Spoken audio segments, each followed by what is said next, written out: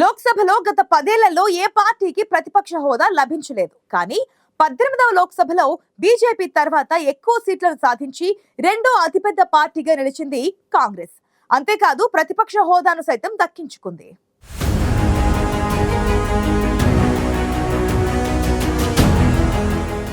లోక్సభలో ప్రతిపక్ష నేతను షాడో పీఎం అని ఎందుకంటారు?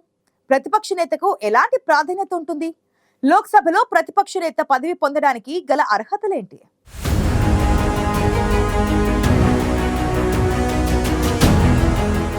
కేంద్రంలో వరుసగా మూడోసారి బీజేపీ నేతృత్వంలోని ఎన్డీఏ ప్రభుత్వం అధికారంలోకి వచ్చింది. 18వ లోక్సభలో అత్యధిక స్థానాలు సాధించిన బీజేపీ తర్వాత ఎక్కువ స్థానాలు సాధించిన కాంగ్రెస్ నుంచి ప్రతిపక్ష నేత ఉంటారు. 2014 నుంచి లోక్సభలో అధికారికంగా ప్రతిపక్ష నేత ఎవరూ లేరు. 10 ఏళ్ల తర్వాత ఇప్పుడు మళ్లీ అధికారికంగా లోక్సభలో ప్రతిపక్ష నేత ఉండనున్నారు. లోక్సభలో ప్రతిపక్ష నేతకు కొన్ని విశేష అధికారాలుంటాయి. ప్రతిపక్ష నేతను షాడో పీఎం అని కూడా అంటారు. ఎందుకంటే ప్రతిపక్ష సభ్యులతో ఒక షాడో క్యాబినెట్ను నిర్వహిస్తారు ప్రతిపక్ష నేత. అందుకే లోక్సభలో ప్రతిపక్ష నేతకు అంతటి ప్రాధాన్యత ఉంటుంది.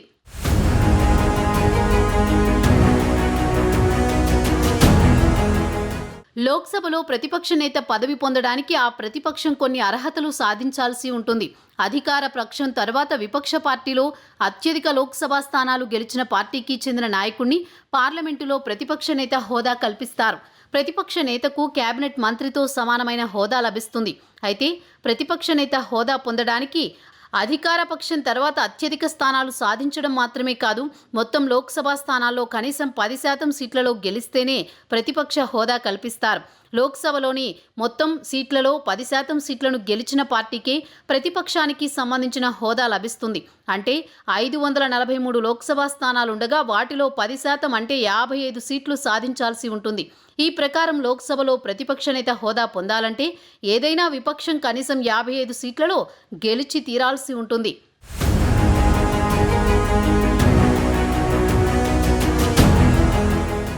గత 10 ఏళ్లుగా మన దేశ పార్లమెంటులో అధికారికంగా ప్రతిపక్ష నేత ఎవరూ లేరు. అందుకు కారణం ఏ విపక్షం కూడా కనీసం 55 సీట్లలో గెలవలేకపోయింది.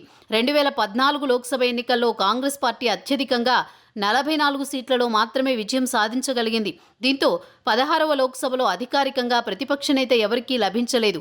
ఆ తర్వాత 2019 లోక్సభ ఎన్నికల్లో కాంగ్రెస్ పార్టీ అత్యధికంగా 52 సీట్లను గెలుచుకుంది. దీంతో 17వ లోక్సభలో కూడా అధికారికంగా ప్రతిపక్ష నేతగా ఎవరిని నియమించే పరిస్థితి రాలేదు. అయితే 2024 ఎన్నికల్లో కాంగ్రెస్ పార్టీ బాగా పుంజుకుని ఏకంగా 99 స్థానాలను కైవసం చేసుకుంది. బీజేపీ తర్వాత అత్యధిక స్థానాలు సాధించిన పార్టీగా కాంగ్రెస్ నిలిచింది.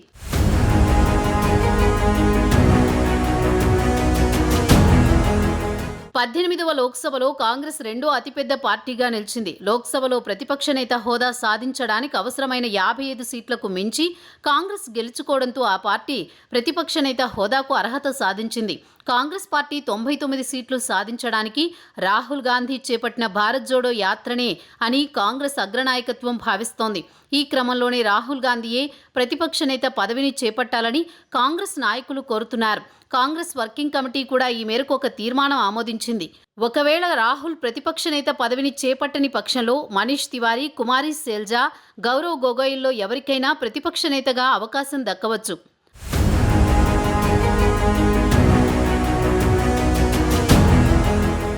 లోక్సభలో ప్రతిపక్ష నేత పదవి 1969 నుంచే గుర్తింపులోకి వచ్చింది. 1969లో రామ్ సుభాగ్ సింగ్ లోక్సభకు తొలి గుర్తింపు పొందిన ప్రతిపక్ష నేత అయ్యే వరకు ఈ పదవిని గుర్తించలేదు. పార్లమెంటులో ప్రతిపక్ష నాయకుల జీతభత్యాల చట్టం 1977 ద్వారా ఈ పదవికి చట్టబద్ధమైన గుర్తింపు లభించింది. ప్రతిపక్ష నాయకుడి గుర్తింపును లోక్సభ స్పీకర్ ఇస్తారని institute of secretariat training and management బుక్లెట్లో పేర్కొన్నారు. అయితే ప్రతిపక్ష నేత నియామకానికి సంబంధించి 10% నిబంధన పార్లమెంటు చట్టంలో లేదు. అయినప్పటికీ 55 సీట్లు సాధించిన విపక్ష పార్టీకే ప్రతిపక్ష నేత పదవి దక్కుతోంది.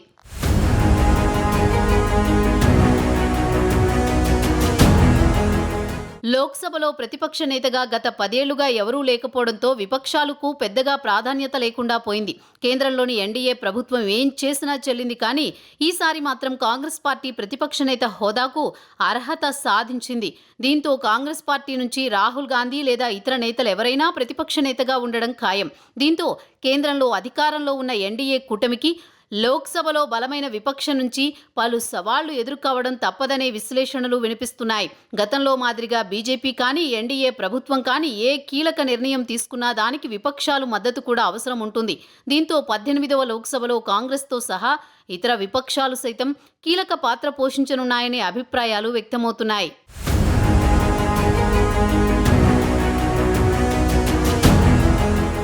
లోక్సభలో గత 10 ఏళ్లుగా ప్రతిపక్ష నేత హోదాను ఏ పార్టీ కూడా దక్కించుకోలేకపోయింది. దీంతో ఆ కాలంలో లోక్సభలో ప్రతిపక్ష నేత ఎవరూ లేరు. కానీ 18వ లోక్సభలో కాంగ్రెస్ పార్టీ ప్రతిపక్ష హోదాను దక్కించుకుంది.